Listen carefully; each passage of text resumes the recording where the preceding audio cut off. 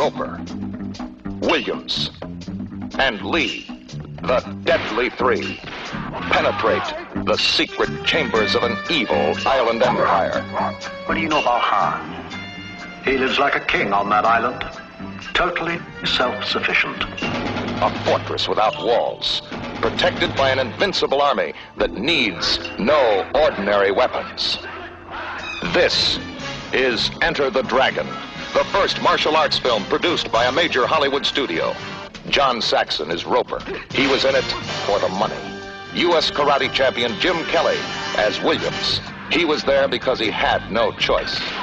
Black Belt Hall of Fame undisputed martial arts champion and international film star Bruce Lee. His job was to get them out alive. I'm hoping you'll join us, represent us in the United States. You want me to join this? Roper, Williams, and Lee. Just when they think they've broken the secret of the island, they find there is no escape from the inscrutable Han.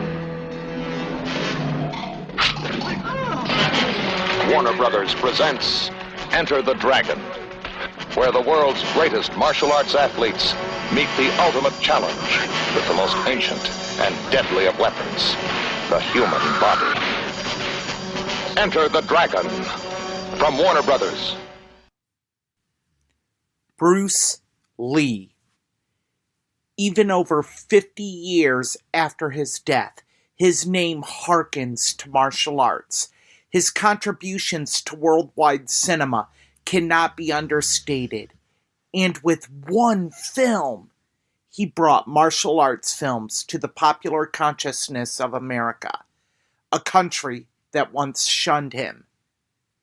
Sadly, he was never alive to see its enduring legacy that lasts to this day.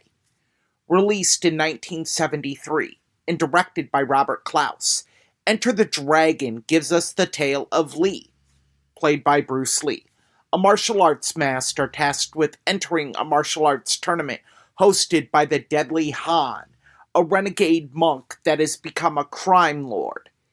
And Lee is tasked with uncovering his criminal empire.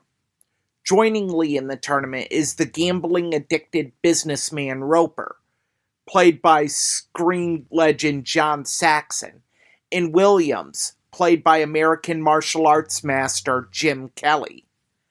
Our first clip is Lee being presented with the mission. I chose this scene because it presents the dark and mysterious nature of Han, a man that lives in a fortress-like mansion, and it's only opened up for this martial arts tournament. This is a trope regarding villains now commonly seen in martial arts films that began with this very film. What do you know about Han? He lives like a king on that island, totally self-sufficient.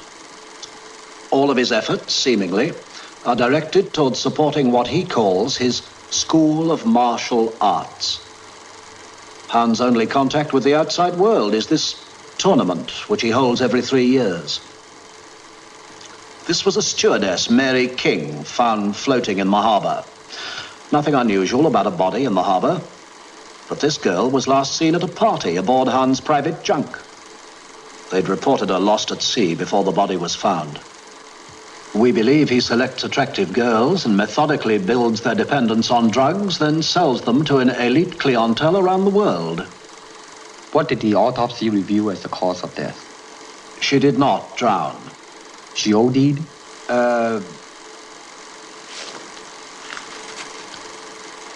Yes.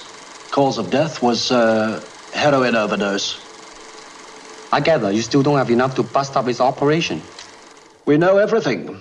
We can prove nothing. We want you to go in there as our agent.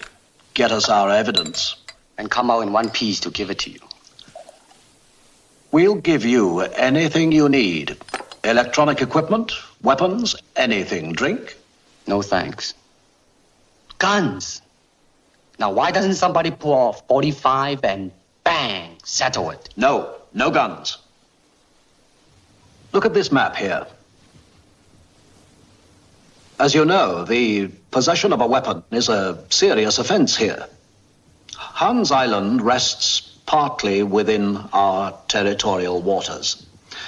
If we were given the slightest reason to believe that he has any kind of arsenal, we'd move in on him. Besides, Han would never allow guns on the island anyway. He had a bad experience with them once, and he's fearful of assassination. Can't really blame him. Any bloody fool can pull a trigger.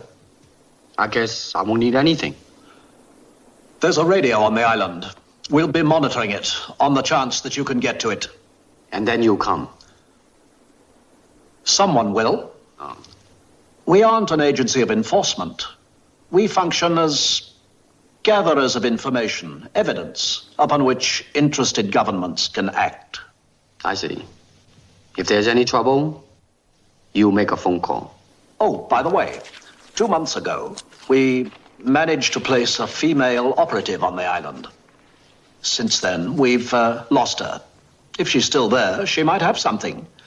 Name's Mei Ling. Sure you won't have one? No, thanks.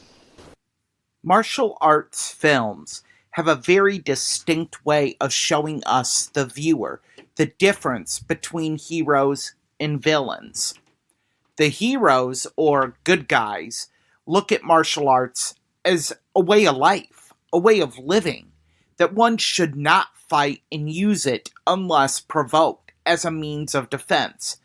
Villains look at it as a way of force, a way to intimidate and consolidate power. Our next two clips show this. First, in a brief clip, we hear Han show off his treasures to Roper that he has acquired through criminal activity. Then, in an early clip from the film, we will hear Lee speak to his martial arts master. Of note here is the peace and ease that Lee's master carries compared to Han, in the way that he explains Lee's martial arts skills as being a part of him and not a skill learned. This is my museum. It is difficult to associate these horrors with the proud civilizations that created them. Sparta, Rome, the knights of Europe, the samurai. They worship strength because it is strength that makes all other values possible. Nothing survives without it. Who knows what delicate wonders have died out of the world for want of the strength to survive? What's this? Oh, a souvenir.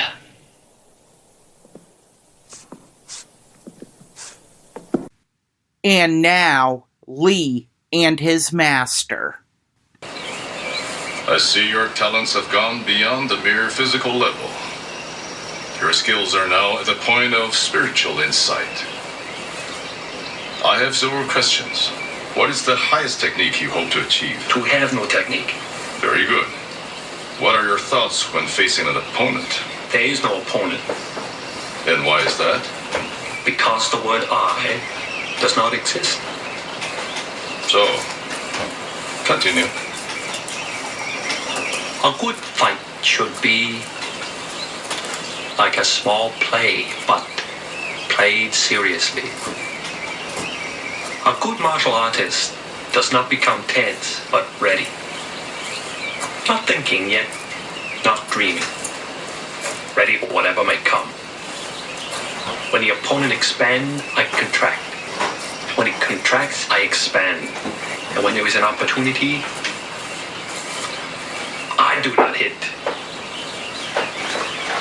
It hits all by itself. Now, you must remember the enemy has only images and illusions, behind which he hides his true motives. Destroy the image, and you will break the enemy. The it that you refer to is a powerful weapon, easily misused by the martial artist who deserts his vows. For centuries now, the code of the Shaolin Temple has been preserved. Remember, the honor of our brotherhood has been held true. Tell me now, the Shaolin Commandment number 13. A martial artist has to take responsibility for himself and to accept the consequences of his own doing. Prior to the release of this film, Bruce Lee was known in America. This was through his films from Golden Harvest over in Hong Kong that had found their way to the States, and his time playing Kato in the short-lived American television series, The Green Hornet. But this film made him a global legend that endears to this day.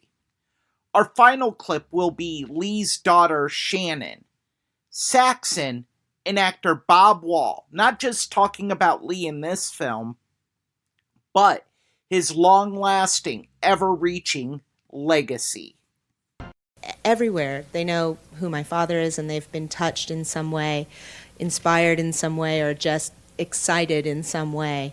And it's such a blessing. I now work doing things for the legacy through my foundation and through our licensing business and that sort of thing, but I'm just so amazed and so inspired on a daily basis, and it's really why I want to do what I do in keeping the legacy alive, because I'm inspired by it.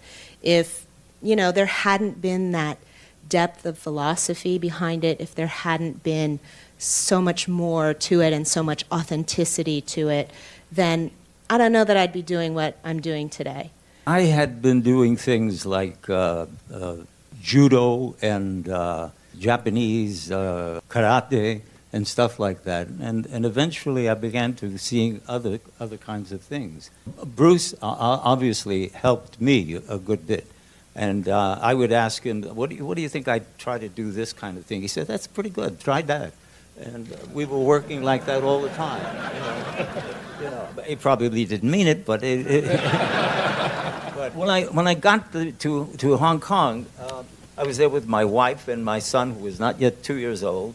And the next day, I went to see Bruce, and he brought me into his house. He was waiting to see me, and then I saw he had a gym. And I looked at it, and it reminded me of what I had a little bit of at my home, And we began to talk this and that, and he was telling me things, what he could do with kettlebells and stuff and things that I had little contact with at that time. And we kept going on and on and on. And then all of a sudden, he began to tell me, show me how you do your side kick.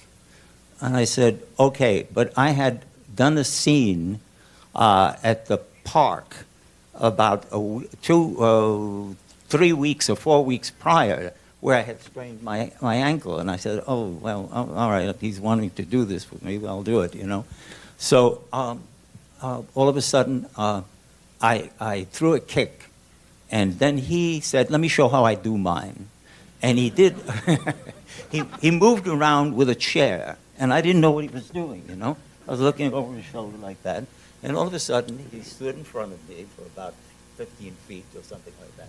And he did a hop, skip, and a jump, and I had a bag, and he knocked me clear across on my heels like this, going into a chair like that, and the chair fell down and broke. And I got up, and I saw he was very kind of quiet and anxious about this. And I said, listen, it's okay. I mean, I didn't get hurt. He says, I know, but that's my best chair. And it was the same chair that he had everybody else do the same thing with me that I discovered later. Stand behind it, and then he'd kick, and you'd go back, and boom, you'd hit this chair. But I had broken it. I was the only one that had broken it, okay? I loved Bruce Lee, and we were really close friends for many, many, many years, over 10, and training partners. And I got $500 a week when I was making $10,000 to $12,000 a week in my real estate business.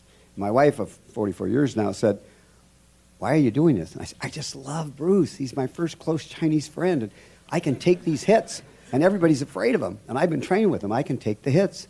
And Bruce wanted to do everything real. He really, Freddie and Paul can tell you, Bruce got hurt a lot in this film. He got bit by the snake. He got hurt by the windows. He got cut with a glass scene with me. We were using real bottles. So my part in it was I was really enjoying it. You don't see yourself as a bad guy, although my wife does. She thought it was typecasting. And I've had so many people over the years say, well, I hated you. I wanted you dead. Even Freddie said, I wanted him to kill you. And he didn't even want to hire me for the part in the beginning. But I really enjoyed doing it. I loved Bruce.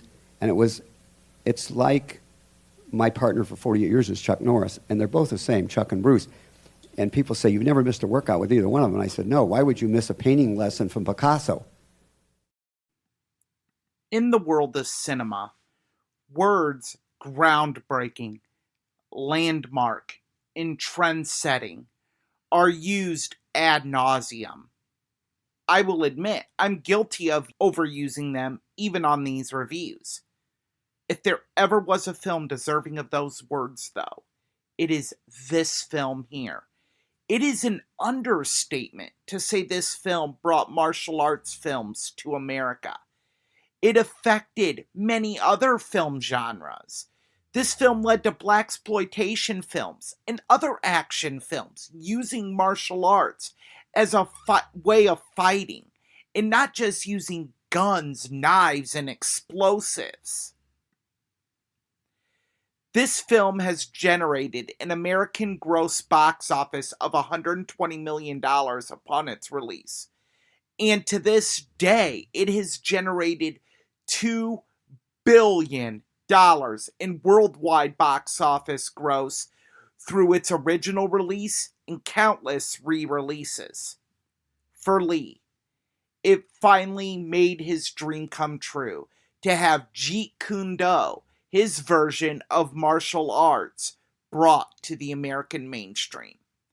Sadly and tragically, he never had the chance to see it come to fruition. Lee suddenly passed away July 20th, 1973, almost 2 months before the film's American release. However, its influence carries on, and that is due to Lee, who would have celebrated his 83rd birthday this past November 27th. To know what American martial arts films are, one must see where they began, and that is with this action masterpiece. I hope you join me next week when we will look at the directorial debut of screen legend Robert De Niro. Next week's film is A Bronx Tale, starring De Niro and Chaz Palminteri. For WMNH and Matt Connarton Unleashed, this has been a classic film review with Erich Pilcher.